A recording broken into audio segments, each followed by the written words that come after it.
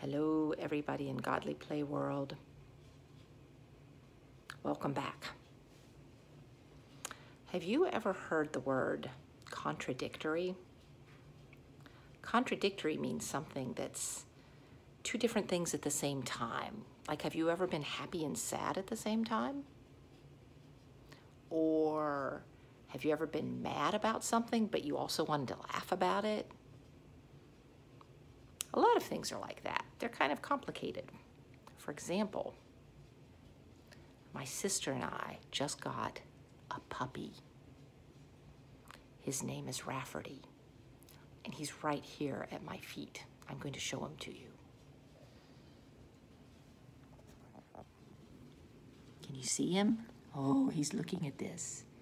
He's very interested, isn't it? Yeah, he's very cute. He's only 13 weeks old. There's a good shot of him. He's only 13 weeks old, and he is the sweetest puppy. He will sit in my lap sometimes, and he will just let me pet him, and he'll be very nice. But he's a baby. He's a baby, and you know what happens to babies? They get teeth. And when they get teeth, they have to bite things to make their teeth feel better. So sometimes Rafferty, instead of being really, really sweet, becomes a very nippy little dog. And my sister and I both have little nips on our wrists and our ankles and every place that he has managed to get hold of us. But look at him now. Look how nice he's being. He is so sweet. So one of the things I wanted to talk about today, we're going to be talking about St. Paul. St. Paul was a man who was converted to Christianity several years after the crucifixion. And he was definitely a man who had many contradictions. And the one I want to talk about tonight is his relationship to the women in the early church. Now, a lot of times people think that St. Paul didn't like women, and he often wanted to keep them from participating in the life of the church, at least directly.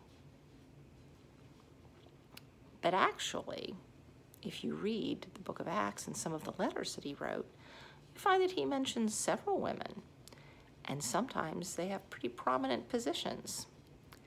There was a woman named Lydia, and Lydia was described as a seller of purple cloth, which had to be treated with a very expensive dye, and it was very, very expensive. So she was probably quite wealthy. And she lived in Philippi, and when Paul came there, it says that her heart was open to the gospel, and she was converted along with all of her household to Christianity. And she insisted that Paul and the folks that were with him stay with her in her house. There is another woman who was mentioned whose name was Phoebe.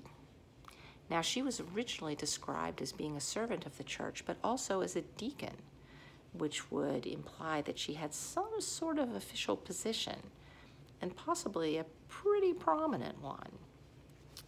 There was another woman whose name was Priscilla, and she was married to someone named Aquila. Priscilla and Aquila. In any case, they were mentioned many times in the Bible, and it sounded again as if Priscilla were pretty important. In fact, her name was often listed first instead of her husband's, which was against the normal convention. So I suspect that she had a very prominent role in the church and was probably very helpful to Paul in his ministry. So that might be something that you might want to look into this week. Maybe you could try to find things that seem to be one thing, but then another thing at the same time. At the moment, I think my puppy is asleep. Let's have a look. There he is. It's about time for him to be going to bed anyway. I have to wake him up to get him to go to bed. And he hasn't bitten me yet.